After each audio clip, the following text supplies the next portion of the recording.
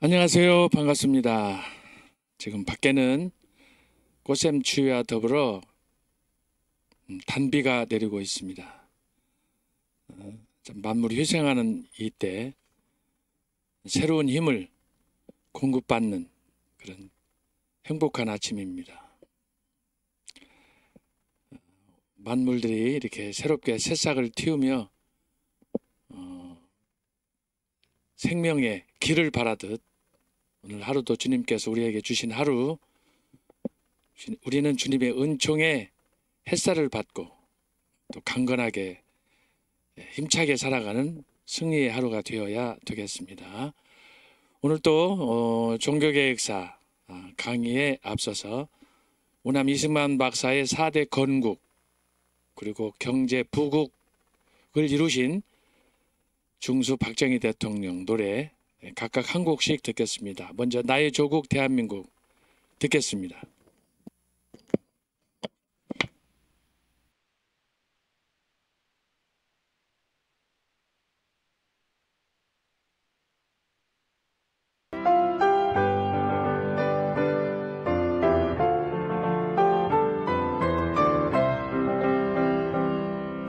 백적한 노민족 운명 어깨 메고 열강들의 각축 속에 독립을 이뤘네. 자유민주 시장 경제 동맹을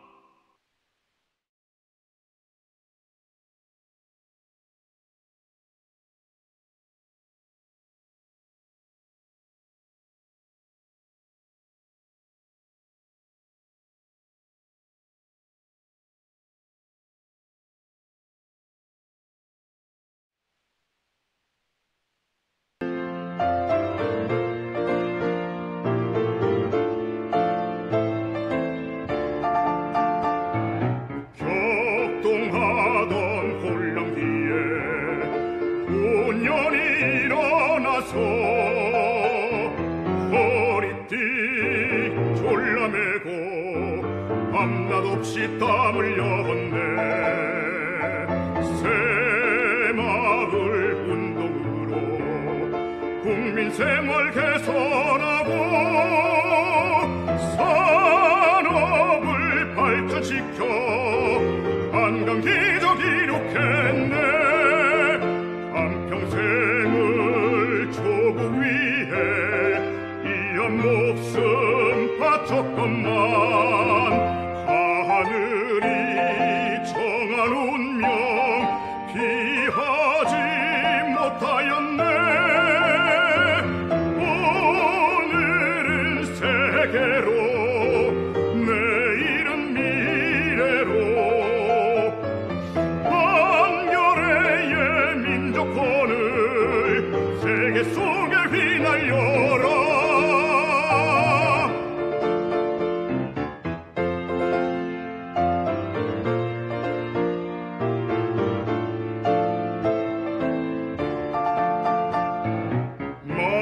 마을마다 도시마다 꿈과 희망 꽃 피우고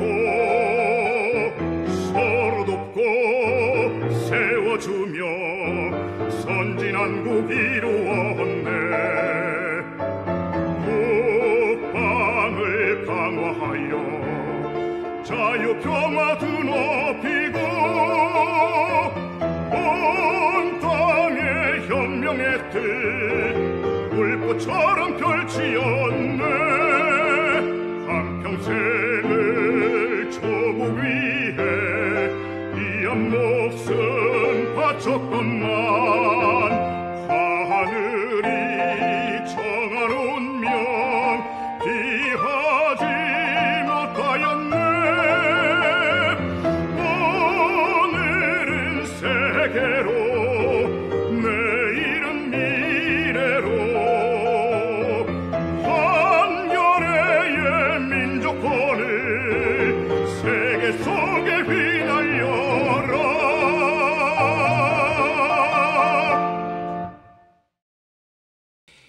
예. 자, 이 시간에는 또 시 한 편 준비했습니다. 지난주에는 개딸 단상 우리가 함께 낭송을 했는데 오늘은 체제 논쟁에 대해서 제가 준비를 했습니다. 체제 논쟁입니다. 함께 낭송하겠습니다. 체제 논쟁. 백두대낮 이렇게 맑은 날씨에 날벼락으로 그 누구 원수를 맺거나 잡아먹을 일이 있는지 온 세상은 체제 논쟁 중. 그렇게도 북이 좋고 주사파가 좋고 빨갱이가 좋다면 말리지 않을 테니 제발 월북하여 그 왼수 뚱보 나라에서 천년 만년 살면 될 것을. 왜 그렇게 이제 밥 먹고 살만하니까 온갖 음모와 계략으로 삼천리 금수강산을 이처럼 아름다운 나라를 황폐화하려는지 도무지 알 수 없는 심사. 실로 4월 10일은 국가의 운명이 달린 총선으로 눈앞에 당도했건을 이제 우리들 선거 200석 압승으로 모든 논쟁을 종식하고 우남 이승만 대통령의 건국 이념인 자유민주주의와 시장경제, 한미 동맹을 강화하여 세계 속에 자유대한의 긍지, 예수한국 복음통일, 햇살처럼 비추리라. 기도하겠습니다. 하나님 아버지 감사합니다. 밖에는 봄비가 내리고 있습니다. 주여 저희들에게도 성령의 단비를 내려주셔서 우리의 메마른 심령에 성령의 단비로 주께서 우리에게 약속하신 성령의 열매들을 맺는 축복의 시간들이 되게 하여 주옵소서. 날마다 주님 사랑하고 주님 말씀대로 순종하며 살아야지 하면서도 늘 넘어지고 쓰러지는 저희들, 결심 약하여 주님 앞에 의를 공의를 행하지 못하는 저희들 불쌍히 여겨주시고, 이 시간에도 다시 한번 겸손한 자세로 십자가 앞에 고개를 숙이는 주님의 은총을 간절히 열망하는 저희들 되게 해 주옵소서. 이 시간에도 종교개혁사 저희들이 강의 때문에 이렇게 모였습니다. 강의하는 사람, 듣는 사람 어디에 있든지, 특별히 해외에서 강의를 듣는 모든 우리 학우들에게 주님께서 은혜를 베풀어 주셔서 이 아침에도 성령의 단비로 충만한 감사와 기쁨이 넘치는 복된 시간 허락해 주시옵소서. 시정을 주님께 의탁하오며 이 모든 말씀을 예수님의 이름으로 기도합나이다. 아멘. 자, 우리는 지난 시간에 중세교회 1000년 동안, 중세교회 1000년 동안 무슨 일이 일어났는가? 수많은 사건들이 일어났습니다. 초대교회는 500년인데 중세교회는 1000년이다 그렇게 말씀했어요. 중세교회. 중세교회는 이 1000년 동안에 큰 변화는, 초대교회 때는 로마 제국, 중세교회는 소위 로마 제국을 세속화한 상징으로 교황청, 저희 교황이라고 할 수 있겠죠. 로마 제국에는 황제예요, 황제. 황제가 우상이었다면 중세교회는 유형적으로는 교회, 구원받은 하나님의 종이 교회를 다스린다 라고 했지만, 실제로 중세교회의 주인은 예수 그리스도가 아니고 교황, 소위 로마 제국 황제가 세속화된 그런 이 명칭만 바뀐 제도로 황제, 교황 이렇게 해서 1000년 동안 유지가 됐다라고 하였습니다. 그래서 이 중세교회는 1000년 동안에 엄청난 변화들이 많이 일어났는데, 그 중에 이제 오늘 현재 21세기를 살아가는 우리가 느낄 수 있는 것 가운데 가장 중요한 것이 뭐냐? 중세교회의 800년경에 문해부흥이 일어났습니다. 샤를 마뉴에 의해서 문해부흥이 일어났는데, 이 문해부흥이 일어난과 동시에 그때부터 이제 건축 양식이라든지, 그 이어서 이제 또 11세기 가면 대학이 설립된다든지 등등의 많은 세상적으로 봤을 때 업적들이 있었습니다. 그런데 바로 그런 것들은 오늘 우리가 살아가는 소위 21세기 오늘날 우리가 그 혜택을 지금 많이 보고 있습니다. 뭐 건축 양식, 도로, 겉으로는 이제 뭐 세속화 됐다고 하지만 그런 기독교 역사적인 전통 뭐 이런, 그리고 이제 중세 교회에 특별히 자본주의가 싹을 터서 굉장히 그 경제 활동에 기여하게 되고 하는 뭐 이런 수많은 업적들이 있지만, 우리가 이제 지난 시간 오늘에 이어서 우리가 살펴볼 것은 뭐냐 그러면, 이 중세교회, 초대교회를 계승한 중세교회가 황제에서 교황으로 바뀌었는데, 이 교황이 통치하던 1000년 동안의 교회는 어떤 모습이었느냐? 교회의 내면으로 들어가는 겁니다. 자, 교회 내면, 교회 내부, 내면. 자, 교회 내부로 들어가면은 어떤 일이 벌어지느냐 하면은 소위 개혁운동이, 개혁운동이 다양하게 펼쳐졌다라고 하는 거예요. 제가 지난주에도 말씀드렸지만, 마치 이 개혁운동이 레인보우처럼, 무지개처럼, 개혁운동이 무지개처럼, 무지개, 레인보우처럼, 혹은 부채. 우리가 여름에 더울 때 부채를 사용을 하지 않습니까? 부채살처럼 뿌리는 하나예요. 몸은 하나예요. 그런데 부채를 보면은 부채 살에 따라서 쭉 날개가 펼쳐지지 않습니까? 그것처럼 중세 교회의 개혁운동이 이렇게 무지개처럼 부채살처럼 매우 다양하게 나타났다라고 하는 거예요.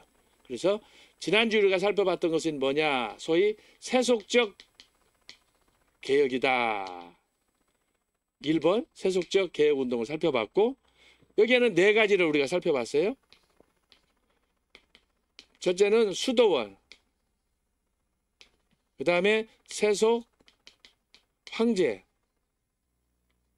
세 번째는 소위 영적 교회, 교황청, 이렇게 살펴봤어요. 그리고 네 번째는 중세 가톨릭 교회 내부에서 일어났던 소위 그 4번 공의회. 제가 지난주에 강조한 것이 공의회였죠. 1400 마지막으로는 13년에서 17년까지 있었던 공의회, 콘스탄츠 공의회였는데, 이것은 초대교회 이후 지금까지 없었던 새로운 그런 공의회, 다시 말하면 장로제, 대의제를 통해서 그동안에 이렇게 1000년 동안 지속되어 왔던 교황제도의 폐습을 제거하고, 이제는 교회가 좀 더 민주주의식으로 나가야 되겠다. 대의민주주의 체제로 개혁을 해야 된다. 그렇지 않고는 이 교황제도를, 이 부패를 우리가 척결할 수 없다. 그렇게 해서 기억하시는지 모르겠어요. 프랑스 파리 대학교 신학부에 있는 한 5, 6명의 교수들이 중심이 돼가지고 이 운동을 시작을 했어요. 그래서 당시에 지기문스터라는 그 황제가 있었는데, 그 사람이 1차 사인을 했지만 나중에 그 안을 뒤집어 가지고 결국은 공의회는 우리가 쉽게 기억하는 대로 한 3일 천하에 끝났습니다. 그러다 보니까 세속개혁, 이 모든 개혁들이 결국은 어떻게 되느냐? 개혁이 안 됐어요. 수도원 같은 경우는 더 부패하고, 또 세속화된 황제나 교황 같은 경우에는 서로 쌍방 간의 권력을 위해서 서로 다투고 심화되는, 서로가 서로를 정죄하는 그런 비극을 낳게 되었고, 무엇보다도 막판에 콘스탄츠 1414년부터 17년까지 있었던 이 소위 그 가톨릭 교회의 그 흐름 속에서는 교황이 3명으로 갈라져서, 그 갈라지게 된 배경은 제가 말씀드렸죠. 1307년경에 로마에 있던 교황청을 프랑스 소위 황제가 프랑스 아비뇽으로 천도시켜버리는 그런 일로 인해서 교황청이 분열하게 됐다 말씀했죠. 프랑스에. 그래서 프랑스 아비뇽으로 교황청이 로마에서 이전했는데, 그 이전해 가지고 지냈던 기간이 몇 년이냐? 70년이었어요. 그래서 교회사적인 용어로는 교황청의 70년 유배라 이렇게 말합니다. 이것은 어디에 근거해 있느냐? 구약시대에 이스라엘 백성들이 바벨론에 70년 동안 이렇게 포로로 끌려갔지 않습니까? 참 이거 보면은 아주 재미가 있는 거예요. 전혀 예상하지 못했던 일이, 이스라엘이 바벨론에 70년 포로 생활했던 그것이 그대로 교황청의 아비뇽 70년 유배로 다시 재현된 거예요. 그러다가 마침내 그레고리 11세가 이렇게 해서는 안 된다. 여러분, 교황청이 로마와 프랑스 아비뇽으로 분열하다 보니까 그렇지 않아도, 여러분 지금부터 한번 생각해 보세요. 한 600년 전, 불과 한 100년 전만 해도 우리 선배들, 우리 조상들, 할아버지, 할머니, 증조 할아버지, 고조 할아버지 참 먹기 살기 어려웠습니다. 우리 조선 말 1800년대, 1900년대 한 지금부터 한 70년 전 6.25 전쟁을 한번 생각해 보세요. 그 시절에 뭘 먹고 살았을지. 그래서 그때만 해도 농사는 천하지 대번야라, 땅 한 평 가지고 농사 지어서 먹으려고. 그런데 그때는 저수지가 있습니까? 뭐가 있습니까? 하늘에서 내려오는 천수답, 그 비에 의존해 가지고 농사를 짓다 보니까 농사가 되지를 않는 거예요. 하늘만 쳐다보고 먹을 것이 없어 가지고. 그래서 생긴 것들이 보릿고개도 생기고 그런 거 아니겠습니까? 그런데 여러분, 우리 한국만 그런 게 아니에요. 유럽도 마찬가지예요. 그때는 이 뭐 새로운 농업 발달이나 이런 것들이 없었기 때문에. 그런데 여러분, 100년 전만 해도 그랬는데 600년 전에 유럽이나 우리나라 어떻게 되겠습니까? 그래서 그때 당시나 유럽이나 우리나라도 땅을 가진 사람들이 제일로 부자였다고 우리가 알 수가 있습니다. 특별히 우리나라 6.25 이후에 이제 여러분 들으셨겠지만 이승만 대통령이 토지 개혁을 할 때, 그때 전라북도 고창에 그 김성수 선생님 고려대학교를 설립하신 분이 그때 1000만 평의 그 엄청난 부호였는데 그 땅을 토지를 다 기증했다고 하지 않았습니까? 그래서 전 목사님도 말씀하셨지만은 결국은 이렇게 우리나라 건국을 하고 지금 이 우리나라가 이렇게 경제 도약을 할 수 있는 그 기초를 놓은 분이 바로 호남의 지주 김성수 씨다 이렇게 말하는 거 아니겠어요? 어쨌든 지금 여기서 보면 한 600년 전 1400년 그때의 당시 사람들의 생활상이라고 하는 것은 핍절하기란 말로 할 수가 없는 거예요. 자, 그런 상황에서 교황청이 둘로 분열되다 보니까 한쪽에서는 로마 교황청에 한쪽에서는 프랑스 아비뇽에 재정이 고갈이 되다 보니까 양쪽에서 서로 자기들의 소속된 교인들에게 헌금을 강요하다 보니까 이게 이제 어떻게 됐어요? 교회가 점점 나락으로 떨어져서 타락하고 재정적인 돈 이런 문제에 걸려서 아주 심각한 재정난에 빠지게 됩니다. 결국은 그 결과가 뭐냐? 로마 교황청의 몰락으로 가는 거예요.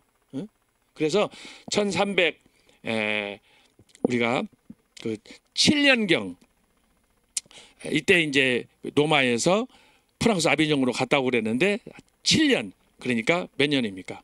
1377년 8년경 70년의 유배를 마치고 다시 로마로 돌아가게 되는데 가자마자 교황청이 지난번 말씀한 대로 이제는 셋이 됐다. 로마 교황청, 아비뇽의 교황청 둘 다 물러나라 해서 제3의 교황을 임명했더니 서로 이제 교황을 자리를 지키려고 자리를 안 내놓는 거예요. 요즘 우리 4월 10일 총선을 앞두고 민주당에서 벌어지고 있는 이 권력 싸움하고 똑같은 거예요. 그런 비극이 역사 속에 나타났어요. 그래서 그것을 이제 개혁하기 위해서 출범했던 것이 바로 이 파리대학교 신학부. 이 당시만 해도 파리대학교가 신학부로서는 세계 최고였어요. 근데 지금은 아닙니다. 지금은 파리대학교 하면은 진짜 파리만 날려야 돼요. 거기는 신학이란 복음이란 없어요. 다 노마 다시 가톨릭으로 전환돼 버리고 이때 만약에 개혁이 성공했으면 아마 프랑스 파리가 스위스 제네바 칼빈의 제네바를 능가하는 그런 개혁의 본산지가 됐을 거예요. 근데 이 꿈이 무너졌다.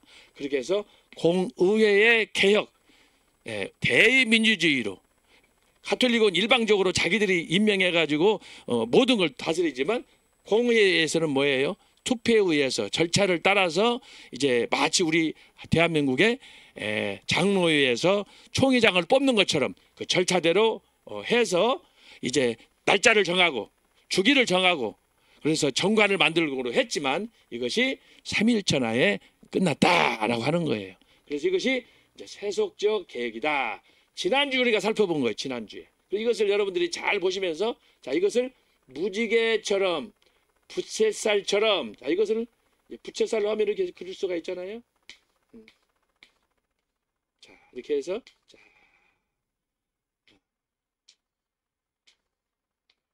부채살. 자 이와 같이 중세 교회는 1000년 동안 다양한 모습의 개혁운동이 진행이 됐다라고 하는 거예요. 그래서 이것을 지난주에 살폈고 자 2번 두 번째로 진행된 개혁이 있어요. 자 이것을 세속적으로 한다면 두 번째는 뭐냐? 보다 더 영적, 신학적 개혁이 일어났어요. 자 똑같은 개혁이지만 우리가 성경적으로 역사적인 관점에서 봤을 때 일본 세속적 교육도 우리가 소홀히 할 수 없는 부분이에요. 개혁이란 뭐냐? 어쨌든 뭔가 본질로부터 이탈한 그래서 본래의 모습을 회복하는 것이니까 좋잖아요. 비록 세속 황제가 했든 교황청이 했든 누가 했든 간에 그러나 자, 이것은 외형적인 그런 개혁이라고 한다면 두 번째는 영적, 신학적 개혁이 또 교회 안에서 일어났다라고 하는 거예요. 자, 여기는 몇 가지가 있느냐? 여기에 네 가지가 있어요. 첫 번째는 뭐냐? 이단적이에요. 지난 시간에 우리가 이단적 조금 설명하다가 시간이 돼서 강의를 멈췄습니다. 자, 이단적 개혁. 두 번째는 신학적 개혁. 세 번째는 민족적 개혁. 네 번째는 신비적. 자, 이렇게 네 가지가 있습니다. 자, 그래서 이것을 자, 위에 있는 네 가지, 아래에 있는 네 가지를 자, 부채로 하다 보면 자, 1번 이렇게 번호 매기면 돼요.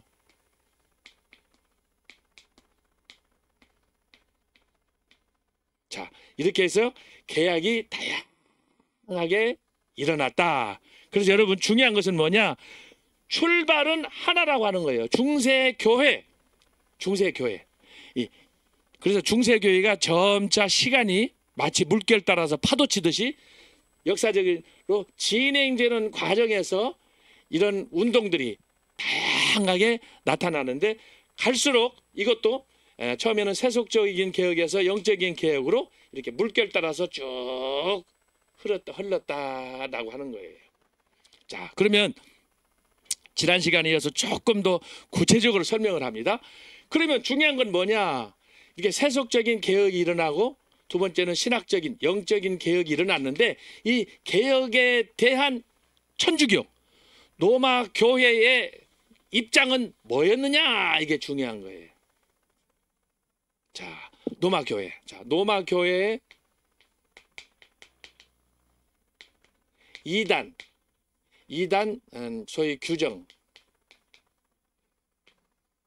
지난주에 말씀드렸죠. 1000년 동안 중세 로마 교회는 자기들이 만든 교회법, 소위 캐논법이라는 걸 만들어 가지고 그 법 규정에 의해서 모든 걸 판단했어요. 지난번에 말씀드렸던 거 기억나는지 모르겠어요. 대표적인 사례가 뭐냐? 마녀 사냥이다 그랬어요. 마녀 사냥.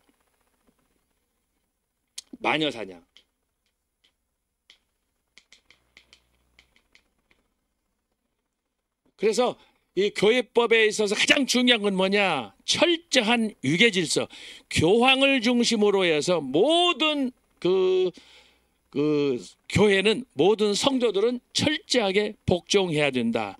다시 말하면 상명하복.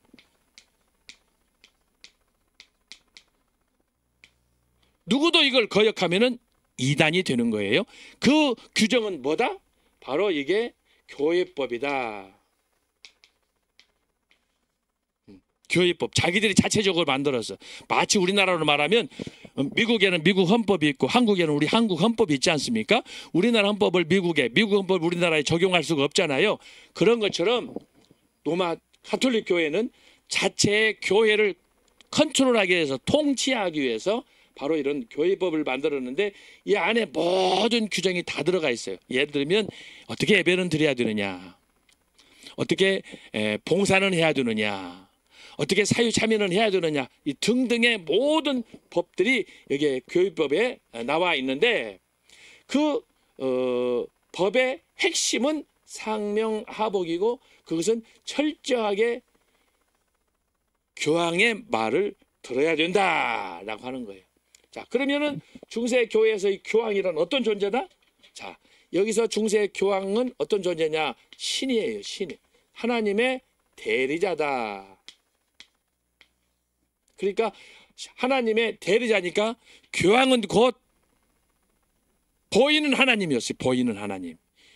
하나님은 여기 계신데 보이지 않지 않아요. 그런데 하나님의 대리자로 하나님께서 교황을 세우기 때문에 교황은 보이지 않는 하나님. 그래서 교황은 신권을 주장한 거예요. 디바인 라이트라고 그래요. 하나님께서 교황에게 줬다. 이 근거는 뭐냐? 마태복음 16장 18절부터 19절. 16절도 좋아요. 이게 무슨 말씀이냐? 예수님께서 제자들과 더불어 가이사랴 빌립보를 어느 날 여행 중에 있었어요. 가이사랴 빌립보는 로마 황제가 가이사가 통치할 당시에 그 한 지방 지역에 있는데, 그 당시로 말하면 매우 문명도 발달한 상업 도시였지만 그곳은 소위 말해서 그 바위로 된 그런 그 바위산들이 많았는데, 그곳은 전통에 따라서 마치 우리나라 저기 산 속에 가면은 바위를 파가지고, 지금 북한에도 그럽니다만은 거기다가 부처를 새기거나 김일성 동상을 새기거나 해가지고 그걸 보고 섬기도록 하지 않습니까? 가이사랴 빌립보가 바로 그런 곳이에요. 그래서 별명이 신들의 도시예요. 여기저기에 조각상들이 막 바위에 새겨져 있는 거예요. 예수님께서 그곳을 지나시다가 제자들한테 물으신 거예요. 얘들아, 세상 사람들이 나에 대해서 뭐라고 하느냐. 자, 많은 신들이 있는 그곳을 지나시는 가운데 이 얘기를 했어요. 그랬더니 제자들이 그랬어요. 예수님, 이렇게 저렇게 들은 얘기들을 하다 보니까 예수님은 선지자 중에 하나랍니다. 엘리야랍니다. 이사야랍니다. 세례 요한이랍니다. 이렇게 이야기를 했어요. 그 말씀을 들으신 예수님께서 제자들한테 그랬어요. 그러면 너희들은 나를 누구라고 하느냐? 이렇게 물었어요. 여기서 중요한 게 뭐냐? 제가 이 말씀 본문으로 우리 교회에서도 몇 주 동안 설교를 했습니다마는, 여기서 가장 중요한 것은 여론전을 피하라는 거예요. 예수님께서 이 직관적으로 그걸 관통하셨어요. 세상에서 돌아가는 풍문들, 소문들, 이거에 대해서 예수님께서 무관심한 게 아니고 관심이 있어서 제자들한테 물었어요. 그랬더니 제자들이 그렇게 얘기한 거예요.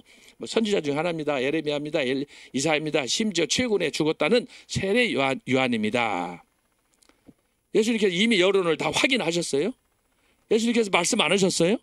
그리고 제자들한테 말씀했어요. 너희들은 그러면 나를 누구라고 하냐? 여론과 예수님의 제자들과의 이 구별을 거기서 짓고, 그 구별 속에는 뭐가 있느냐? 정말 하나님으로 믿는 신자와 불신자 간에, 이걸 교회로 말하면 교회 안에 있는 양떼들과 밖에 있는 늑대들과의 차이를 예수님께서 말씀해 주신 거죠. 그래서 예수님께서 제자들에게 물었더니 베드로가 말씀을 한 거예요. 주는 그리스도시요 살아계신 하나님의 아들입니다. 이 말씀을 듣고 예수님께서 너무너무 기뻐하셨어요. 예수님의 생애 33년 동안 뭐 이런저런 일이 많이 있었습니다만은 예수님의 마음이 흐뭇하고 기뻤던 일들이 한 3번 정도 있었어요. 그 중에 하나가 뭐예요? 옥합을 깨뜨려 예수님의 십자가의 죽음을 기념했던 그 마리아의 향기, 옥합, 그걸 예수님께서 아주 극히 칭찬하셨잖아요. 복음이 전파되는 곳에 이 아름다운 복음이, 그 여인이, 행위가 이렇게 크게 세상에 알려져서 사람들로 하여금 영원히 기억될 것을 말씀해 주셨습니다. 그리고 또 이렇게 두 번째로는 베드로가 이렇게 신앙 고백을 했을 때 예수님께서 너무너무 기뻐서 뭐라고 말씀하셨어요? 마태복음 16장 17절 베드로의 고백을 들으시고 바요나 시몬아 내가 복이 있다 축복해 줬어요. 그리고 18절 19절에서 뭐라고 했느냐? 천국의 열쇠를 내가 너에게 주겠다. 여러분, 신앙 고백이 그렇게 중요한 거예요. 제가 여러 번 강조했습니다마는 초대교회 성경이 없을 때 신앙 고백의 3가지 원칙을 제가 말씀했잖아요. 반드시 십계명을 외우라. 두 번째는 주기도문을 외워라. 그리고 세 번째는 최소한 사도신경. 나머지 이제 그 이후에 325년 이후에 초대교회의 4가지 신앙 고백, 예를 들면 삼위일체, 또 예수님의 기독론, 이런 그 신앙 고백들이 4번의 종교 회의를 통해서 결정이 됐습니다마는 이걸 다 외울 수 없어. 갈수록 양들이 많아지고 또 복잡해지고 하기 때문에, 그러나 우리가 이제 공적인 일을 행사를 할 때는 그것을 믿는다라고 고백하지 않습니까? 그러나 3가지 성경에 기록된 또 교회 전통을 우리가 반드시 암송하고 그 암송한 말씀을 삶 속에서 실천하는 것이 매우 중요하다라고 하는 겁니다. 그것이 바로 십계명, 그리고 주기도문, 그리고 예배 시간에 우리가 한국 교회가 전통적으로 드리고 있는 사도신경, 이것이 굉장히 중요하다라고 하는 거예요. 그래서 여기서 예수님께서 베드로의 고백을 들으시고 바요나 시몬아 내가 복이 있다. 내가 고백하는 것은 내가 한 게 아니라 하나님께서 너에게 주셔서 한 것이다. 그러면서 너에게 천국 열쇠를 주는데 너를 저주하는 자에게는 저주가 임하고 너를 축복하는 자에게는 축복이 임한다. 이 아브라함에게 주셨던 축복. 2000년 전에, 그러니까 지금으로 하자면 4000년 전이에요. 지금 여기서 말씀하는 것은 2000년 예수님이 탄생했을 때니까 그 이전으로 올라가서 하나님께서 믿음의 조상 아브라함에게 약속했던 창세기 12장 1절, 2절, 3절에서 약속했던 그 말씀을 하나님께서, 예수님께서 베드로에게 다시 약속을 하시는 거예요. 그래서 가장 중요한 것은 천국의 열쇠를 갖는 것. 이것이 바로 로마 천주교에서 베드로가 가졌던 그 천국의 문을 닫고 여는 그 권세를 자기가 가졌다. 그것이 뭐냐? 신권이다. 그렇기 때문에 예수님께서 이건 직접 임명하셨기 때문에 교황은 곧 예수님을 대신한 그런 천국의 열쇠를 가진 사람이기 때문에 누구든지 내 말에 복종해야 된다. 그래서 상명하복, 이것이 교회법에 기록이 됐다라고 하는 거예요. 근데 여러분 여기서 구별할 것은 뭐냐? 여기서 말하는 천주교가 제정한 교회법하고 성경하고는 다른 거예요.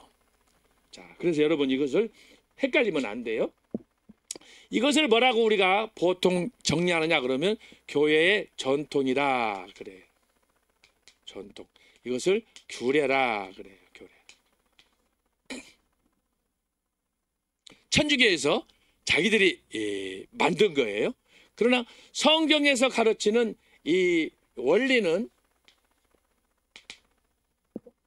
로마 가톨릭교회가 가르치는 전통과 규례, 이것과 다른 하나님의 계시예요. 계시.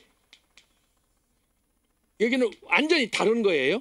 성경은 우리의 구원의 직접적인 계시로 예수님께서 주신 거지만 가톨릭교회의 이 교회법은 뭐냐? 자기들이 성경의 기초에서 만든 법이지만 그러나 내용상 너무 다르다. 해석이 다르다. 적용도 다르다라고 하는 거예요. 그것이 상징적으로 드러난 게 바로 이 마녀 사냥이다라고 했고, 이것이 뭐냐? 바로 로마 교회 이단 규정이다라고 하는 거예요. 그래서 우리가 살펴볼 것은 전통과 규례는 뭐냐? 이것을 로마 가톨릭은 교회법을 통해서 제도화했어요. 제도화. 아까 말씀드린 것처럼 마치 대한민국 사람들은 우리나라 헌법을 따라야 하듯이, 북한 같은 경우는 북한 그 김정일 같은 경우에는 북한의 인민 그 민주주의의 북한의 그런 공산당 법이 있지 않겠습니까? 러시아는 러시아대로. 얼마 전에 러시아에서도 나발리가 죽었습니다마는 왜 그렇게 30년 형을 받고 그렇게 지내다가 죽게 되느냐? 러시아 법에 의해서 자기들이 만든 사회주의, 공산주의 법에 의해서 규정에 의해서 민주주의를 적대시하고 그 자기들의 권력을 이렇게 강화하다 보니까 자기들하고 뜻이 안 맞으면 잡아서 죽이고 약물 중독시키고 해서 제거하잖아요. 북한의 김정은도 몇 년 전에 말레이시아에서 그 공항에서 자기 형을 독살시켜서 독약으로 뿌려가지고 죽이지 않아요? 상상할 수 없는 거예요. 그래서 미국은 미국, 영국은 영국, 오직하면 로마법을 우리가 이야기하겠습니까? 그렇게 해서 로마 가톨릭 교회가 자기들이 만든 그런 교회법으로 이건 전통이다. 이것을 제도화해서 이단 규정을 했다라고 하는 거예요. 그러나 이 로마 교회의 이단 규정은 초대교회에, 지금 여기서 말씀하는 초대교회 교부들이 예수님 당시에 성경이 말하는 그런 소위 그 제도하고는 너무 달랐다라고 하는 거예요. 그 달랐던 것을 제가 지난주에도 설명을 여러 번 했습니다. 가장 중요한 건 뭐예요? 초대교회는 성경 중심이야. 근데 로마 가톨릭 교회는 뭐예요? 제도 중심이야. 제도. 전통 중심이야. 전통. 이것이 초대교회하고 확연히 다른 거예요. 그래서 두 번째는 뭐냐? 성경 중심의 두 번째는 성경을 기초로 해서 우리가 성경을 보다 보면 자세하게 이해가 안 되잖아요. 이게 무슨 말씀인지. 그래서 그것을 정리한 게 바로 신앙 고백이다. 그래서 이 사도 성경과 신앙 고백, 그래서 우리가 교회에서 지금 매주 고백하는 거, 특별히 사도신경, 사실은 성경 교독할 때도 십계명으로 해야 되고 또 주기도문도 우리가 해야 됩니다만은 대부분은 이제 예배, 뭐 가정 예배나 신방 예배 할 때 사용하는 정도고 대부분은 이제 사도신경을 공예배 때 합니다만은 어쨌든 이 신앙 고백, 성경을 기초로 제정된 신앙 고백을 믿느냐라고 하는 건데 로마 가톨릭교에서는 신앙 고백을 자기들이 아까 말씀한 것처럼 교회법을 전통을 통해서 제도화해 가지고 그것이 뭐냐? 칠성례. 성경에 없는 다양한 제도들을 거기에 덧붙여 가지고 예를 들면 예수님께서 신약 성경에서는 두 가지 그 약속을 맺으셨어요. 그것이 뭐냐? 세례와 성찬이에요. 거기에 결혼식을 잘하라, 고해성사를 하다, 뭐 죽을 때 사람 찾아가서 종려 기름 붓고 뭐 이렇게 안수를 해서 구원을 주어라. 성직자가 될 때는 그것을 특별하게 의식화해 가지고 거룩하게 해라. 그런 거 없어요. 예수님께서 베드로에게 임명장을 준 적이 있습니까? 그러나 공적으로 예수님께서 공포한 건 뭐냐? 예수님이 다시 오실 때까지 해야 될 것이 뭐냐? 세례와 성찬이에요. 기념하라고 말씀하셨잖아요. 그래서 이들은 겉으로는 성경을 근거로 전통을 강조했지만 이것은 뭐냐? 아까 말씀한 것처럼 소위 자기들이 만든 교회 전통, 이 제도를 따라서 그걸 뭐 했느냐? 자기들 말을 잘 들으면은 정통이고 그렇지 않을 때는 이단으로 규정했는데 바로 그 이단 규정 제도에 따라서 이런 중세교회의 다양한 개혁 운동을 펼쳐졌지만 이것들이 이단으로 정죄를 받아서 마지막 비극적인 삶을 살게 됐다라고 하는 거예요.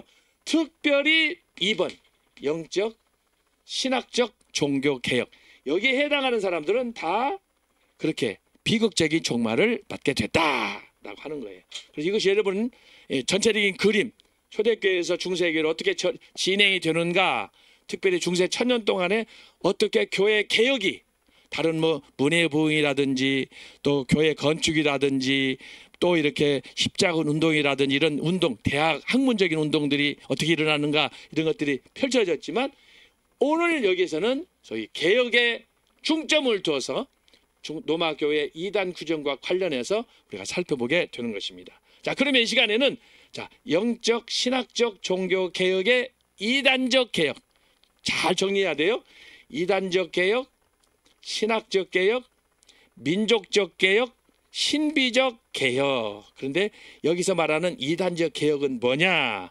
바로 이런 로마 천주교회가 제도화한 교회법에 의한 이단적 개혁이다라고 하는 거예요. 그러니까 이것을 반대로 하면 뭐냐? 중세 가톨릭 교회가 규정했던 이단은 뭐냐? 성경적이다. 개혁적이다.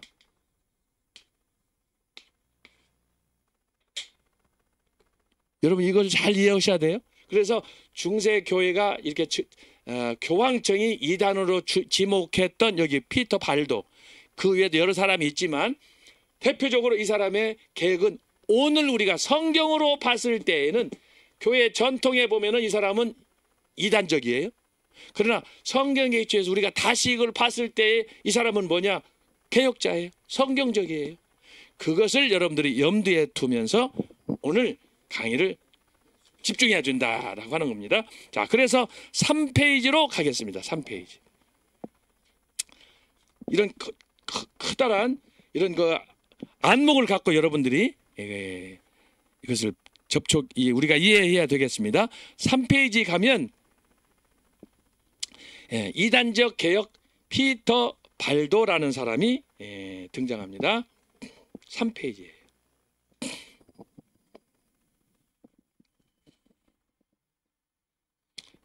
쭉 내려가면은 3페이지 쭉 내려가서 아래로. 됐어요. 자, 여기 보면은 이제 필터 발도 앞에는 생애예요. 생애인데 거기 작은 2번 보면 개혁사상 이렇게 되어 있습니다. 자, 여기서부터 우리가 살펴보겠어요. 이걸 보면 자, 제가 지금까지 강조했던 왜 세속적 개혁과 신학적 개혁이 구분이 되며 특별히 신학적 개혁 가운데 피터 발도의 이런 이단적 개혁, 여기서 말하는 개혁 사상이 어떻게 해서 로마 가톨릭의 제도와 다르냐. 그래서 제가 여기 지금 성경적 개혁적, 요즘 우리식으로 말하면 성경적 정통 신학을 수호한 그런 개혁자가 있다라고 하는. 그래서 여기에 영적 신학적 개혁이에요. 명칭은 제가 따로 붙인 거예요. 구별해가지고 세분화해서. 자, 이렇게 다양하게 중세교회 개혁운동을 세속적 개혁, 영적 신학적 개혁으로 이렇게 8가지로 쭉 펼쳐서 이걸 분석한 사람은 위람독에도 저밖에 없어요. 제가 이걸 어떻게 하면은 이것을 좀 더 면밀하게 분석해가지고 쉽게 우리가 이해할 수 있는가. 자, 이런 개혁운동은 오늘날 한국교회 교단하고도 아주 비슷해요. 제가 맛보기로 조금 설명하겠어요. 잘 봐요. 자, 이것이 중세 교회 가톨릭이라고 그랬죠. 자, 이 모습을 오늘 한국교회 자, 한국교회에다가 그대로 적용해봐요. 이 8가지 이 중세교회에서 일어났던 개혁운동을 한국교회에다 적용을 딱 시켜보세요. 자, 1번 장로교, 2번 침례교, 3번 성결교, 4번 순복음. 이렇게 해서 여러분들 여기 안에다가 예를 들면 6번은 예장고신 뭐 이렇게 해서 쭉 번호를 매겨보세요. 자, 그러면은 이 같은 교회 다 예수 그리스도를 믿는다고 하지만 그 교회들이 교단별 특징이 여기에 잘 나타나는 거예요. 대표적인 사례가 뭐예요? 장로교는 당회, 대의 민주주의를 강조한다 그랬죠. 그 민주주의의 원조가 바로 중세 말의 공의회예요. 대의민주주의예요. 대의민주주의가 뭐냐? 예를 들어서 우리가 교회에 개척하면 한 30명, 40명 모이지 않아요? 그런데 예를 들어서 원례를 한다. 뭐 연말 결산을 위해서 연말 뭐 교회 총회를 한다라고 하면은 초신자도 세례 받은 사람은 다 거기에 권한이 있기 때문에 30명이든 50명이든 100명이든 그래가지고 예를 들어서 월말 뭐 회의를 한다, 또 상반기, 하반기, 연말에 회의를 한다 그러면 그 많은 사람들이 요즘 같은 때는 얼마나 또 바쁩니까? 그러다 보니까 별별 일들이 많이 발생을 해요. 그래서 30명일 때, 50명일 때 우리를 대신해서 시간도 내고 헌신하고 교회를 위해서 영적인 일에 봉사할 수 있도록 대표를 뽑아라. 그것이 안수집사 제도고 그것이 바로 장로 제도예요. 그리고 초대교회도 예수님 그 산으로 승천한 후에 제자들이 복음을 전파하는데 사람들이 막 엄청나게 교회로 12명, 70명, 막 3,000명에서 막 불어나니까 제자들이 말씀을 복음을 전파해야 되는데 그 사람들이 들은 그 구제현금 막 연보가 교회로 들어오다 보니까 재정일까지 담당하는 거예요. 그래서 필요해서 교회에서 안수집사 제도를 둬서 재정 담당하게 만든 거예요. 제자들하고 우리 역할이 다르지. 제자들은 복음을 전가하고 그래서 빌립보 같은 사람이 이제 그 빌립 같은 사람이 바로 이제 재정을 담당하는 스데반 같은 사람. 이게 이제 집사, 7 집사 중에 한 사람이었잖아요. 그렇게 해서 열갈 분담해서 이걸 하는 거예요. 그래서 이 장로교, 여기 아까 말씀드린 것처럼 한국교회 1번 장로교다라고 했을 때의 장로교의 특징은 뭐냐?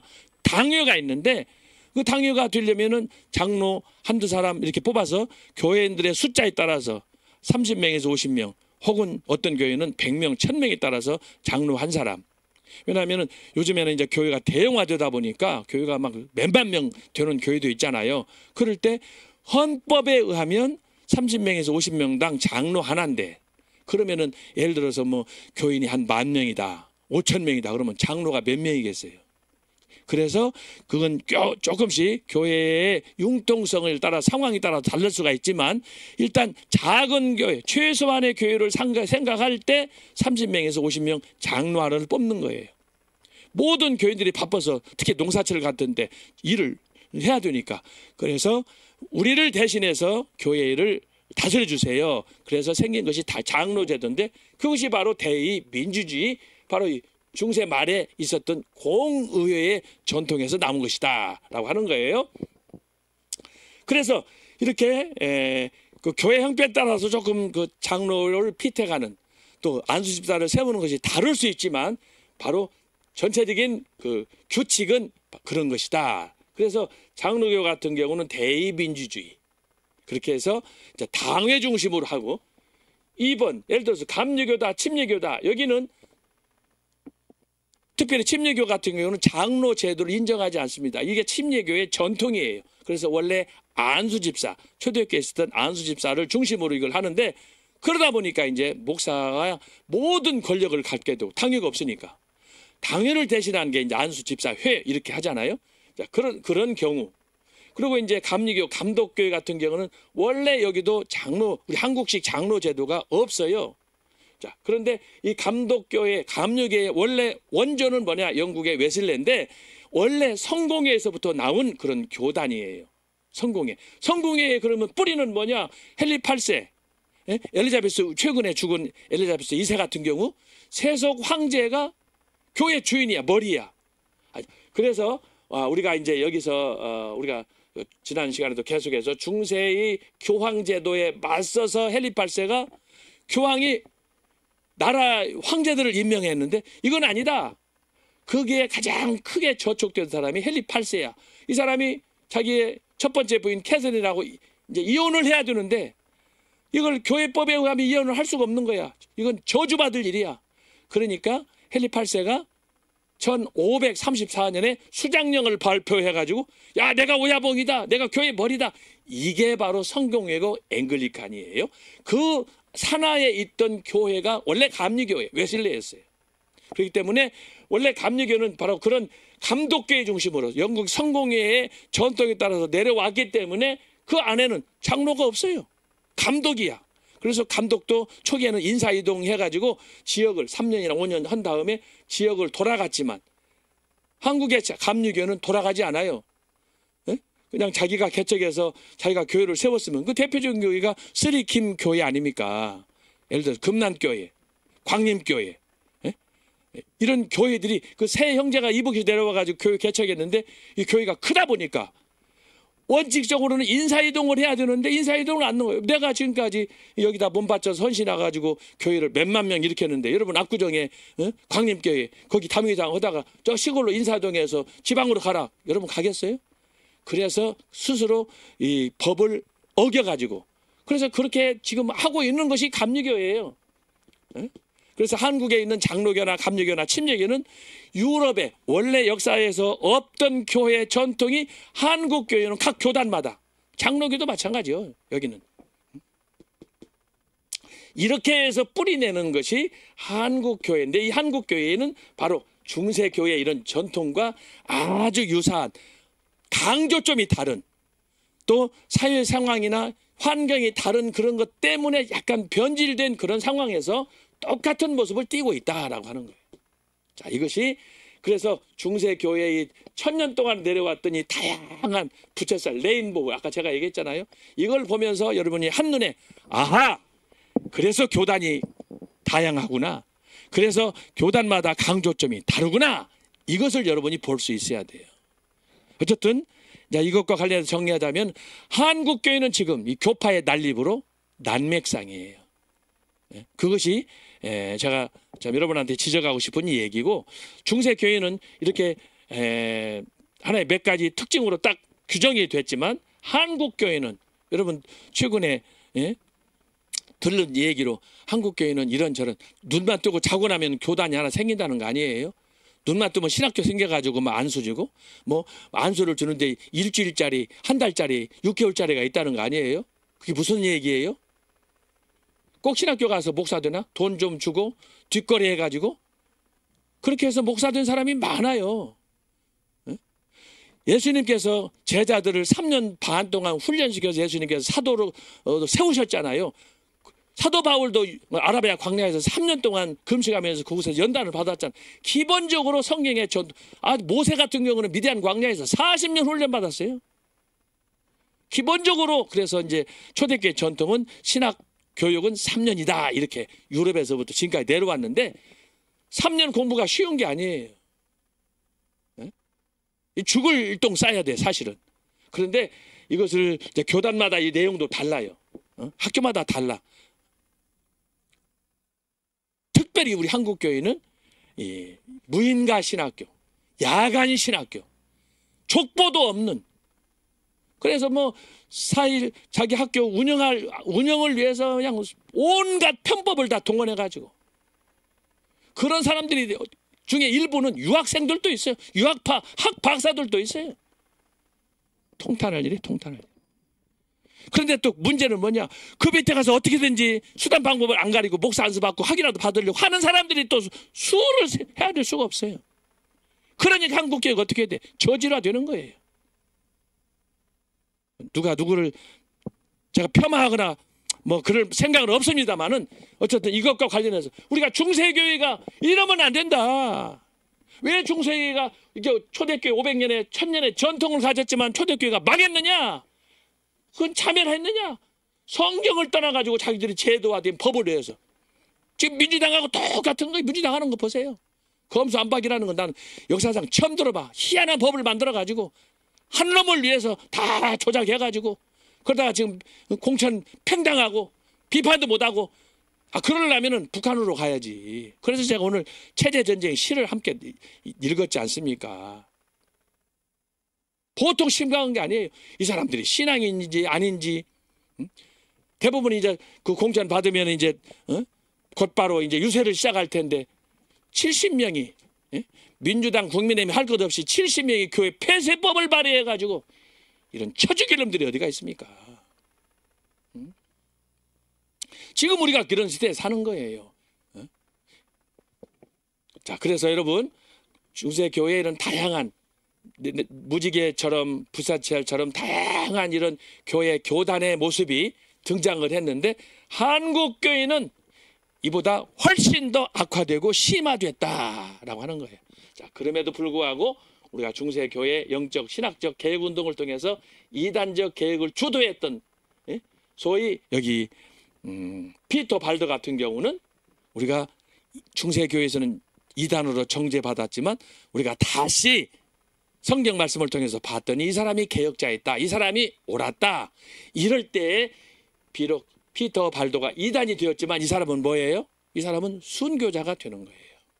복음을 위해서 말씀을 위해서 거대한 골리앗과 같은 이 가톨릭에 맞서서 끝까지 불이익을 당하면서 이 신앙을 지켰다. 요즘 이 운동의 대세가 지금 한국교회의 애국운동의 광화문 중심이에요. 그렇지 않습니까? 저도요 조용히 학교에서 강의하고 할 때는 별로 비난 받은 적이 없어요. 그래도 여러분 저를 한번 보세요. 제가 악하게 생겼어요? 착하게 생겼어요? 그런데 광화문에 가서 애국운동을 돕고 여기저기 가서 정광훈 목사님 말씀 비용 강의하고 하다 보니까 오만 소리를 제가 다 들어요 지금.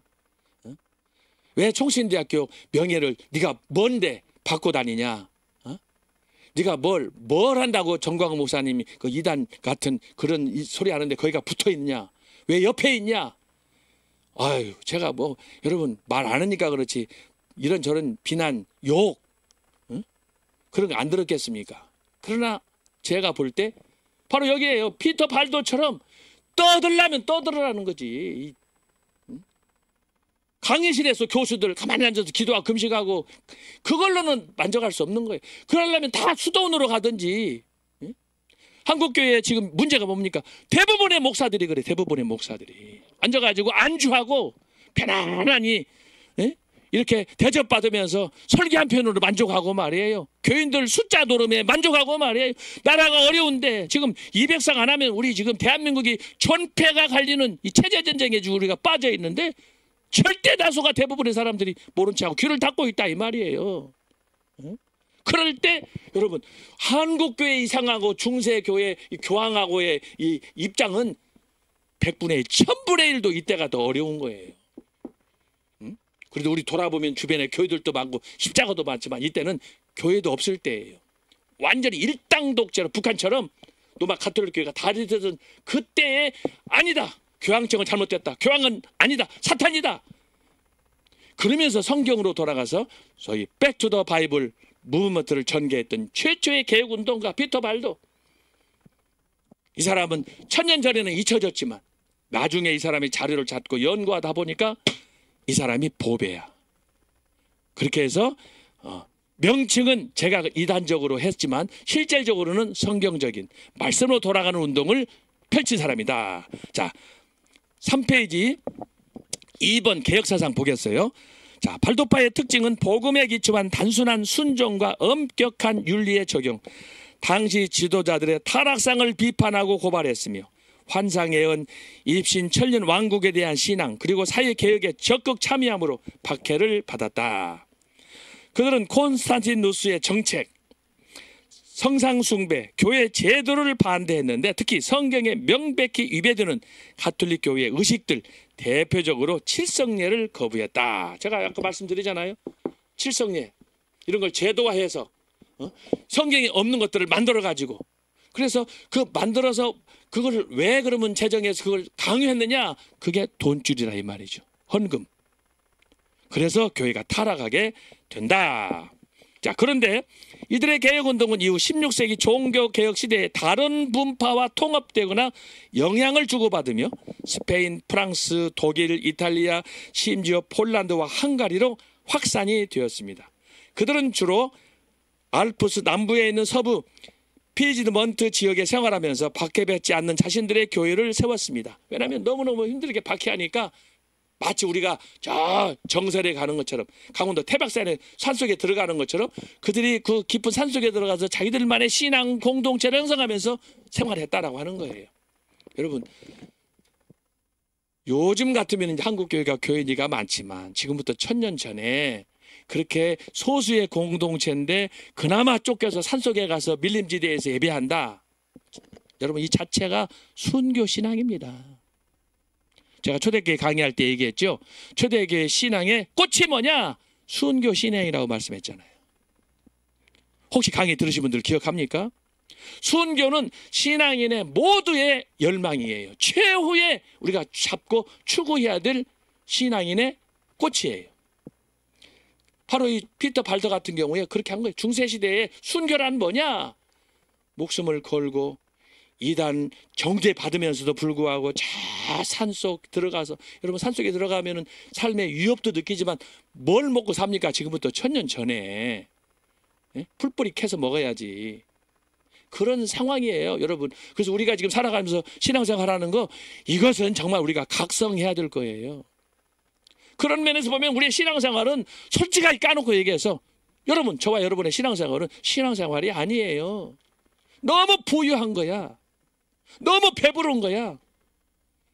그런 가운데 애국운동을 통해서 광야에 나와라, 광화문에 나와라, 안 나오잖아요. 너무 배불렀어요. 그래서 제가 여러분 통탄하고, 제가 말씀했지만 제가 강의실에서 강의하다가 아스팔트로 나온 거예요. 이래서는 안 된다. 나라 없으면 교회도 가정도 나도 아무런 의미가 없다. 만약에 공산화 되면요, 저와 여러분이 먼저 죽어요.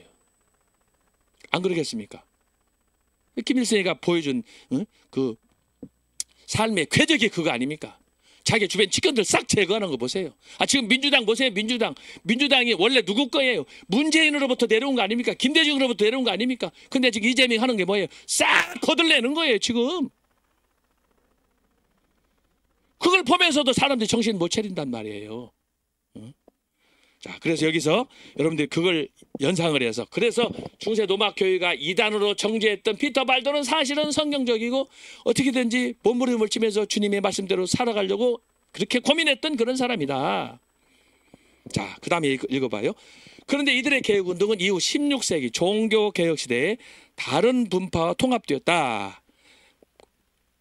제일 아래에요. 이로써 세상은, 히브리서 11장 36절로 40절 성경이에요.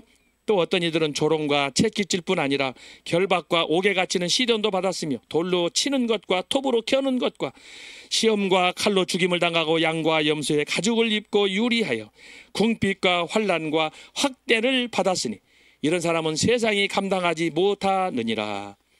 그들이 광야와 산과 동굴과 토굴에 유리하였느니라. 이 사람들은 다 믿음으로 말미암아 증거를 받았으나 약속된 것을 받지 못하였으니 이는 하나님이 우리를 위하여 더 좋은 것을 예비하셨은즉 우리가 아니면 그들로 온전함을 이루지 못하게 하려 하심이라. 여러분, 이게 초대교회 성도들의 삶의 모습인데 이것이 천년 지나서 중세교회의 피터 발더를 통해서 나타나는 거예요.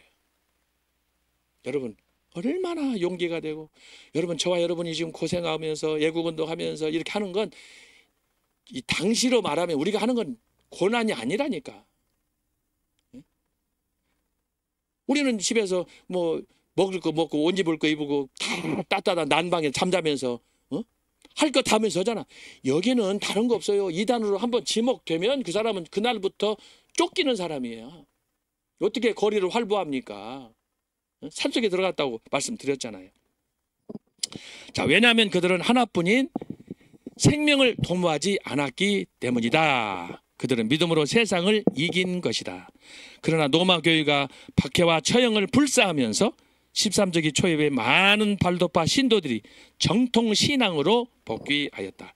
세기 말에는 박해로 인한 어떤 지방에서는 발도파 신도들이 절멸하기도 했으며 생존자들이 살아남기 위해 그들의 고유 복장을 버려야 했다. 소위 위장. 그만큼 이 사람들이 어려움을 당했다는 거예요. 정통인데 이단이 되었다. 백주에 이런 일을 당했다고 생각해 보세요. 통곡할 일 아닙니까? 세 번째로 복음 전파. 발도파들은 비둘기처럼 순결했지만 또한 뱀처럼 지혜로웠습니다. 그들은 행상처럼 가장하여 각 지방을 다니면서 자질구레한 장신구들을 팔면서 살았습니다. 그러나 방문하는 집집마다 반드시 값비싼 진주인 복음을 소개하였습니다. 그들은 교회 전통과 사제들의 잘못된 가르침을 공공연하게 공격하였습니다. 그리고 마음이 열린 사람을 만났을 때는 하나님의 말씀을 솔직하고 담대하게 전파했습니다. 그들은 남부 프랑스의 각 지역을 방문했으며 스위스와 이탈리아 북부까지 침투했고 그곳에서 항상 환대를 받았습니다. 그들은 뜻이 맞는 사람들끼리 따로 모여 예배를 드렸으며 각 가정을 방문하여 말씀을 전파하였습니다. 그리고 항상 번역된 성경책과 여기서 성경 그 번역된 책이라는 것은 쪽복음식이에요. 일부. 경건서적들을 보급하였습니다. 사실 당국은 처음에는 이들에게 관대하였다. 그러나 이 운동이 위협이 된다고 느낀 후로는 법으로 금지하였다. 1229년 발렌시아 공의회에서는 사지가 아닌 사람들은 라틴어든지 각 나라 언어로든지 성경을 읽지 못하게 하였습니다. 그리고 발도파뿐 아니라 교회를 공격하는 다른 종파들도 박해하였습니다. 결국 종교 재판이 시작되면서 수년 동안 피해 살육이 감행되었습니다. 수천 명이 잔인하게 고문을 당하고 죽였으며 그들의 고향은 황폐한 사막이 되었습니다. 이게 일제 때도 그러잖아요. 한 동네 골짜기를 다 싹쓸이 그냥 몰살시켜버리는 것도 똑같아. 이것이 중세의 벌써 이 정통파지만 이단으로 지목된 발도파의 운명이었다라고 하는 것입니다. 자, 17세기 발도파에 대한 박해는 물리적이고 폭력적이었으며 나중에는 행정적이고 경제적인 성격까지 띄었습니다. 당시 박해는 올리버 크로멜의 서기였던 존 밀턴의 14행 시에 나타나 있습니다. 여러분 존 밀턴 아시죠? 이 사람 청교도 중에서 대표적인 문학가예요. 존 밀턴 대표적으로 여러분 신라권 아시죠? 복락원 그걸 쓴 사람이에요. 자, 이 사람이 계시록 16장 19절과 17장 5절에서 배경으로 쓴 시에서 이렇게 기록되어 있습니다. 여러분 아까 시 낭송하듯이 멋있게 한번 낭송하면서 읽으시기 바랍니다. 오 주여 주님의 죽임당한 성도들의 원한을 보수하소서. 그들의 뼈가 차가운 알프스 산맥 위에 흩어졌나이다. 우리의 모든 조상들이 막대기와 돌을 섬길 때 그들은 주님의 진리를 그토록 순결하게 변함없이 지켰나이다. 주님의 책에 그들의 신음을 꼭 기록해 주소서. 저들은 주님의 양, 우리 안에 있는 주님의 양떼들입니다. 주님의 양떼들이 피해 줄인 피드먼트 사람들에 의하여 피 흘리며 죽어가나이다. 아이를 가진 어머니도 돌에 맞아 쓰러지니이다. 그들의 울음소리가 골짜기와 하늘까지 울려 퍼집니다. 그 순교자들의 피와 재는 지금도 폭군들의 난무하는 온 이탈리아 땅의 씨가 되어 수백 배의 결실로 자랄 것입니다. 그 폭군들은 주님의 방침을 깨달은 후에 바벨론의 임할 재난과 함께 사라지게 될 것입니다. 여러분, 존 밀턴의 이 고백을 보면 정말 그들이 어떻게 신앙생활을 했는지 우리가 잘 정리해서 이해할 수가 있습니다. 맨 아랫줄입니다. 이들은 박해를 받으면서 하나님이 주신 운명을 지닌 선민 곧 알프스의 이스라엘로 간주하였습니다. 여기서 여러분, 알프스 이스라엘이란 뭔 말이야? 선택받은 사람이다 이거죠. 선택받은 사람이다. 그것 때문에 우리가 살아가는 거예요. 여러분, 저와 여러분이 오늘날 이렇게 광야에서 애국운동하면서 칭찬만 듣습니까? 우리끼리니까 칭찬이지. 저는 매스컴들이 하는 거 보세요. 한 놈들이라도 어느 놈이 우리를 방송하면서 뉴스와 화제화 시킨 적 있습니까? 모든 걸 은폐하고 짜집기 하고 돌려치기 하고 온갖 억측을 다 부려가면서 거짓말하고 그 국경일 때 또 토요일마다 하는 또 이런 그 성령이 나타남 이런 집회에 수많은 사람들이 엊그저께도 우리가 3.1절 때 보았지 않습니까? 뉴스 보도가 안 되는 거예요. 이게 어느 시대인데 그렇습니까? 그런 걸 보면 확실히 우리나라는 좌경화됐다. 좌파들의 득세한다라고 하는 것이고, 이게 교회가 신학적으로 봤을 때는 이게 아주 중요한 거예요. 아까 제가 그래서 이걸 구분했잖아요. 세속적인 개혁, 영적 신학적 개혁. 우리는 1번도 중요하지만 2번의 이 관점, 성경적인 관점에서 세상을 보는 영안이 열려야 된다라고 하는 거예요. 그래야 그 박해는 마침내 크로멜의 줄기찬 항의와 해군력의 군사행동을 통한 위협으로 종식이 되었다.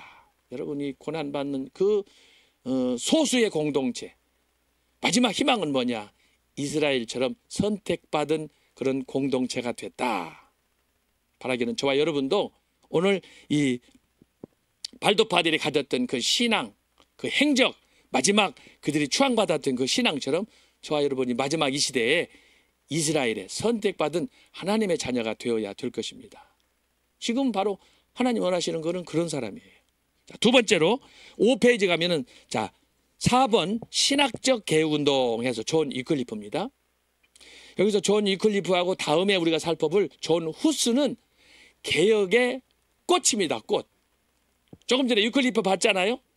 이 위클리프는 우리가 표현상으로 반딧불이라 그런다면 여기서 위클리프하고 다음 주에 살펴볼 존 후스는 뭐냐? 중세 종교 개혁의 횃불, 모닝스타예요. 모닝. 아침에 계명성과 같은 그런 중요한 역할을 하는 사람이에요. 그래서 제목이 뭐예요? 신학적 개혁운동 이렇게 붙었잖아요. 이 사람은 더 이 피터 발더보다는 더 적극적으로 더 깊이 성경으로 돌아가서 이 사람이 최초로 성경을 번역한 사람이에요. 아까 우리가 읽었죠? 절대 성경은 번역하면 안 돼.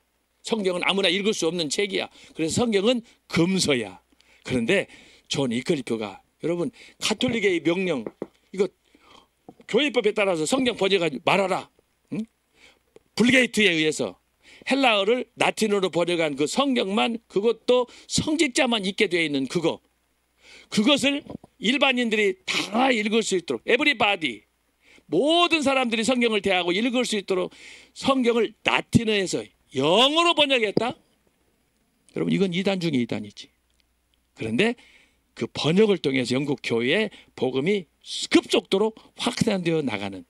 그래서 여러분 성경 번역의 역사만 봐도 성경 번역이 이제 구약에서부터 쭉 내려왔습니다만은 성경 번역이 존 위클리프 영국의 이 개혁자를 통해서 중세 말경에 번역된 이 성경을 통해서 영국이 깨어나고 그래서 이 번역의 여파가 이제 유럽으로 확산되면서 결국은 뭐냐? 아까 얘기했죠. 종교 개혁의 샛별이 됐다. 루터이잖아요. 루터도 성경 번역하고 또 칼빈도 다 이렇게 했지만 최초로 존 위클리프 성경 번역을 해가지고 이걸 통해서 개혁에 불을 지피는 그래서 종교 개혁 전 중세 말에 그래서 신학적 개혁으로 이 사람은 개혁의 모닝스타 계명성이다 이렇게 말하는 거예요. 개혁의 횃불 그래서 존 위클리프하고 존 후스는 굉장히 중요한 중세 천년의 개혁에 있어서 가장 아주 중요한, 마치 비유하자면 해와 달과 같은 그런 존재다라고 하는 거예요. 그래서 여러분이 잘 기억하시고, 자 그러면 5페이지로 갑니다. 생애를 보겠어요. 생애는 조금만 살펴보고 바로 신학으로 넘어가겠습니다. 종교개혁의 새벽별이요 실제론자인 위클리프는 1330년경 영국 북부 요크셔에서 태어났다. 여러분 요크는 어디냐? 우리나라 지도로 말하면, 우리나라 지도 남북한 지도를 볼 때 우리나라 지도상으로는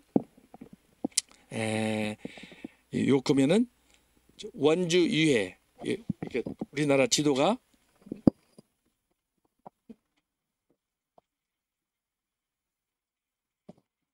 자 우리나라 지도가 이렇게 있으면 이게 38선이잖아요. 그럼 요크는 어디냐 하면은 한 이 정도 돼요.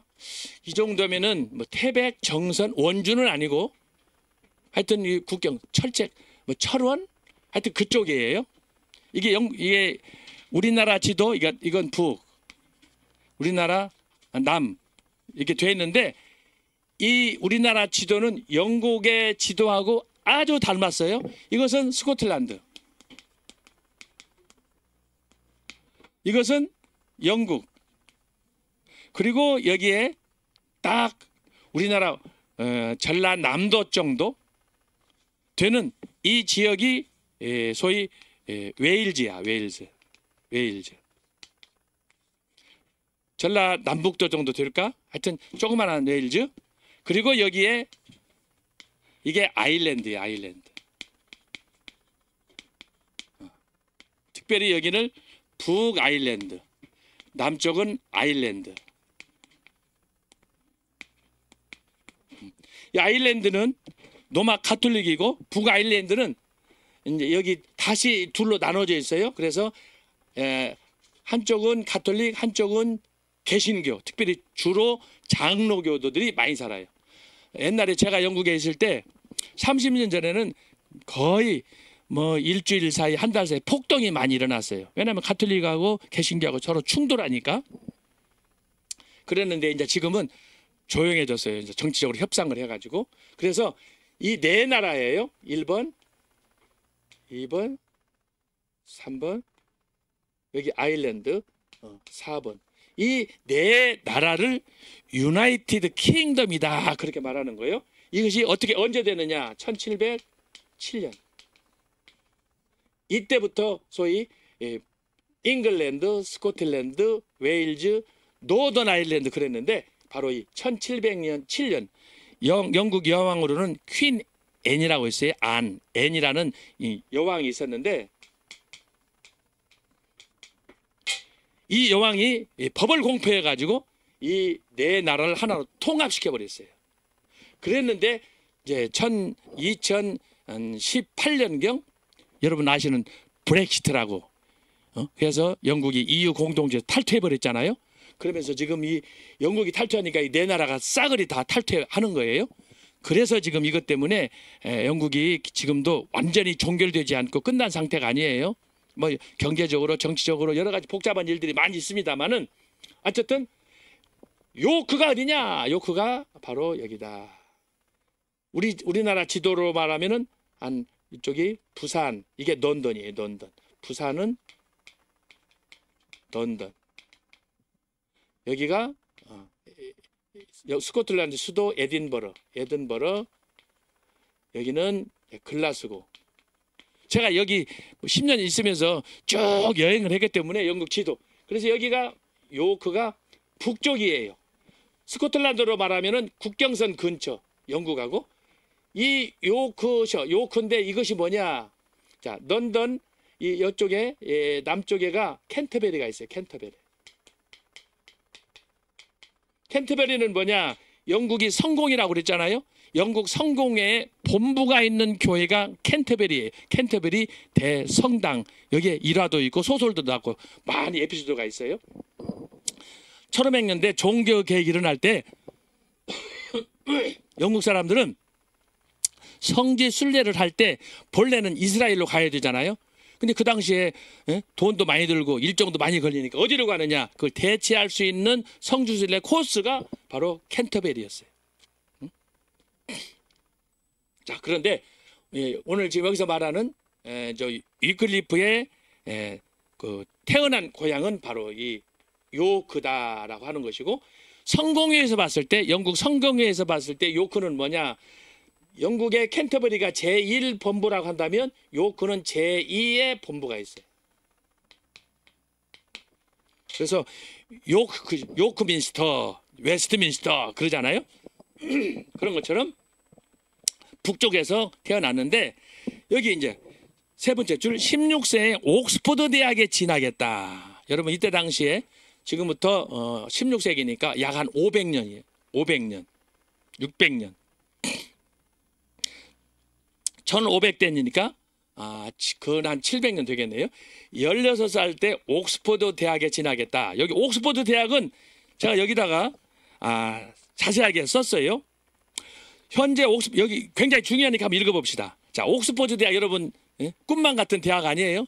미국에는 하버드 대학이 있다. 영국에는 옥스퍼드 대학이 있다. 세계를 대표하는 대학이 뭐냐? 옥스퍼드예요. 옥스퍼드. 제가 거기서 옥스퍼드에 대해서 공부를 했잖아요. 거기서 옥스퍼드에서 제가 포스트 닥터를 거기서 공부를 했는데 제가 언젠가 간증도 했습니다. 옥스퍼드는 제가 있을 때는 단과 대학이 38개였어요. 세계에서 제일 많아요. 지금은 더 늘어났어요. 자, 그래서 6번. 자, 16세에 옥스퍼드 대학에 진학했다 그랬는데 아래 6번을 보세요. 자, 11세기 말려 옥스퍼드 대학을 공부하는 거예요. 옥스퍼드 대학은 11세기 말려 신학부, 법학부, 의학부로 옥스퍼드에서 출발하여 처음에는 이게 현재 옥스퍼드 대학이 아니고 마치 조그마한 이런 학원처럼 그렇게 됐다라고 하는 거예요. 1249년에 유니버시티 칼리지가 최초로 세워졌으며 1263년경 베일리얼 칼리지가, 1264년에는 머튼 칼리지가 세워졌습니다. 저는 거기서 있는 동안에 제가 다 가봤어요. 거기에 이제 크라이스트 칼리지, 킹스 칼리지, 뭐 세인트 존스 칼리지, 뭐 유명한 대학들이, 대학이 뭐 38가지니까. 자, 19세기에 산업혁명과 더불어 학생과 교수의 수가 급격히 증가하였습니다. 1878년 옥스퍼드는 최초로 여자 대학인 레이디 마거릿, 이 학교를 졸업한 게 영국 수상 최초의 여자 수상이 있죠. 마거릿 대처가 여기를 졸업했어요. 여기 들어갈 때 한 500대 1, 1000대 1을 뚫고 들어갔어요. 이때 당시에는 학생들이 많지 않아요. 지금도 옥스퍼드 대학 전체 해봐야 4만 명이 안 돼요. 이 단과 대학은 지금 이게 38개라고 안에 써졌잖아요. 자, 읽어봅시다. 하여튼 시간 전략하기 위해서. 1920년부터 여자의 입학이 전면적으로 허용되었다. 1920년이니까 그 전에는 여자들은 대학도 못 갔어요. 근데 우리나라는 이승만 대통령이 여권 신장해가지고 수의수, 여러분 요즘 유세철이니까 알면 알지만 여자들은 투표권도 없었어요. 여자 대학, 여자들은 대학도 못 갔다니까. 이런 선진국이라고 하는 영국에서 20세기에는 교육과정이 현대화되어 과학이보다 중시되었으며 근대 언어, 정치학, 경제학을 비롯해 많은 학과들이 새로 추가되었다. 학교 표어는 도미누스 일루미나티오 메아. 이것은 영어인데 이것은 이제 중세 때 대학교가 설립되었기 때문에 이때는 로마 교황청이 다 각 대학을 컨트롤했어요. 그래서 그때 주로 성당에서 성직자들이 사용하는 언어는 이탈리아 말이나 영어가 아니고 라틴어야, 라틴어. 성경을 소위 불게이트라고 헬라어에서 라틴어로 번역했다고 그러잖아요. 그것이 성경 중에 성경이라고 믿었던 거예요.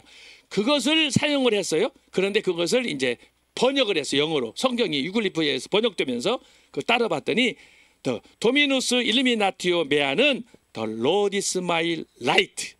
주님은 나의 빛이다 라고 하는, 이것이 옥스퍼드 대학의 표예요. 그 로고에 보면은 그렇게 새겨져 있어요.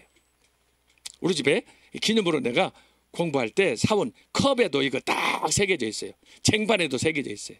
자, 2023년 12월 현재 재산 규모는 29억 3천만 파운드, 발전기금 81억 2천 파운드, 한화 약 20조. 거기는 대학이 우리같이 성균관 대학, 뭐 서울대학 같이 크지 않아요. 서울대학 안에 단과대학이 있는 것처럼 옥스퍼드 타운 안에 조그마한 대학들이 많아요. 그러니까 재산 가치가 이렇게 우리가 생각하는 것 이상으로 그렇게 크지는 않다.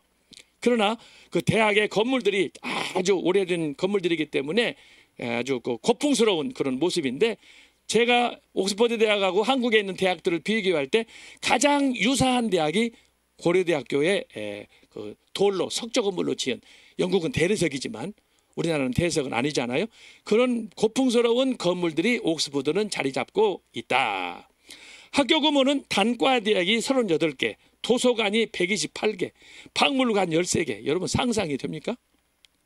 그런 면에서 우리 한국에 있는 대학들은 개선이 돼야 되는 거예요. 지금 여기 총 학생은 몇 명? 3만 명이네. 3만 명도 안 되네. 예? 우리나라는 서울대학만 해도 학부 1, 2, 3, 4 대학원 다 하면은 아마 엄청날 거예요. 여기다가 고려대학교, 이화여대, 성균관대 합쳐버리면은 보세요. 그러니까 이렇게 학생이 캠퍼스는 이렇게 잘 지었음에도 불구하고 학생이 적은 이유는 뭐냐? 그래서 원투원 튜토리얼 시스템이 여기서 적용이 되는 거예요. 교수 하나가 학생 하나를 전담하는 거예요. 저도 거기서 공부할 때 교수님하고 직접 1대1로 교수실에서 맨투맨으로 공부했어요. 그래서 옥스퍼드하고 캠브리지의 전통 중에 가장 중요한 게 뭐냐? 1대1 튜토리얼 시스템이야. 1대1 지도 교육을 받는 거예요. 그 사람들이 거기 가려고 지금 줄 서 있는 거 아닙니까? 그래서 제가 여러분들에게 참고로 얘기를 했어요. 도서관이 128개야. 이거 보세요. 우리나라는 서울대학교 중앙도서관 하면은 그거 법대나 몇 개, 의과대학 있을지 모르겠어요. 그런데 여러분, 동네 그 대학 골짜기 돌아가는 단과대학마다 도서관이 다 있는 거예요. 이것이 옥스퍼드 대학이다라고 하는 것을 제가 여러분에게 말씀을 드렸습니다. 그래서 존 위클리프가 16살에 옥스퍼드 대학 들어갔다. 이건 우리하고 많이 다른 것은 이 사람들은 군대를 안 가. 우리는 이제 대학 들어가 나면 또 군대 가잖아요. 그런 면에서 여러 가지 이제 이때부터 소위 그 실력차가 벌어져요. 그 사람들은 쭉 공부하다가 군대 안 가기 때문에 집중적인 공부하니까 대부분 20대 초반에 박사 받고 다 전문직에 들어가. 우리는 그 나이에 다 군대 가. 그런 어떤 국가적인 상황 형편에 따라서 다룰 수 있습니다만은, 참고로 제가 여기서 옥스퍼드 위클리프가 입학했던 그 당시 상황과 관련해서 제가 말씀을 드렸습니다. 혹시라도 다음 시간에라도 이런 것과 관련해서 제가 공부했던 것도 좀 경험도 말씀하고 하면은 굉장히 여러분들에게 영국의 교육 제도가 그런 거구나. 우리나라하고 차이점, 학점 제도도 많이 달라요. 영국에는 짜투리 학점이라는 게 없어요. 우리는 이제 그게 아니죠. 얼마 전에도 제가 논문 지도 때문에 학생들도 만나고 했습니다만은 논문 쓰는 것부터 학점 시험 보는 것부터 너무너무 차이가 많아요. 만약에 영국식으로 우리 한국에 적용하면 한 사람도 졸업 못해요. 100명이든 1000명이든 그 정도로 어렵고 까다롭고 절차가 복잡해. 그러니까 그 학교를 졸업하면 세계인이 되는 거죠. 왜 하버드를 좋아하고 왜 옥스퍼드를 좋아합니까? 학제 때문에 그러는 거예요. 절대 타협하지 않아요. 교수나 학생이나. 우리는 그냥 아까 제가 신학교 가서 목사 되는 거 얘기했잖아요. 일주일짜리, 한 달짜리 이런 것은 우리가 하면 안 되는 거예요. 어떤 사람은 4년, 7년 죽으라고 공부하고 말이야. 목사고시도 그냥 서너 번씩 떨어지고 막 그러고 하는 파이. 최건동 목사는 7번 떨어졌다는 거 아니에요.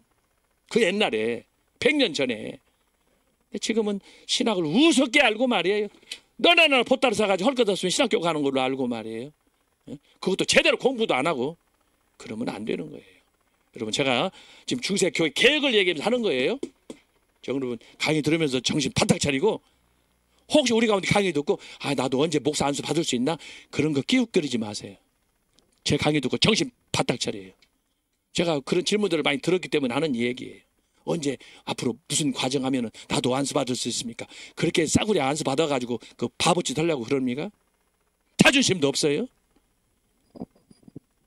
어쨌든 제가 조금 더 여러분들 정신 차리라고 좀 세게 말씀을 드렸는데, 어쨌든 중세교회가 이런 상황 속에서 다 나쁜 이단은 아니다. 그 안에서도 알곡들이 있다. 그래서 제가 오늘 신학적 개혁으로 위클리프를 말씀을 드린 거예요. 참고하셔서 여러분 기도로 잘 준비하시기 바랍니다. 오늘 강의 여기까지. 기도하겠습니다. 하나님 아버지 감사합니다. 오늘 또 중세 교회 개혁운동에 대해서 살폈습니다. 저희들이 정신 차려서 깨어있게 하시고 적어도 광야에서 애국운동을 한다고 할 때 뭔가 다른 결단으로 우리가 참여하고 헌신할 수 있도록 도와주옵소서. 계속되는 집회, 특별히 4월 10일 총선을 앞두고 지금 여러 가지 세미나들이 여기저기 운동들이 전개되고 있사오니 주여 우리에게 200석을 주셔서 한국을 새롭게 정말 하나님의 말씀이 반석에 세우는 우리나라 이승만 박사의 4대 건국론을 확립하는 그런 정말 선진 한국이 될 수 있도록 인도해 주옵소서. 감사하고 예수님의 이름으로 기도하옵나이다. 아멘.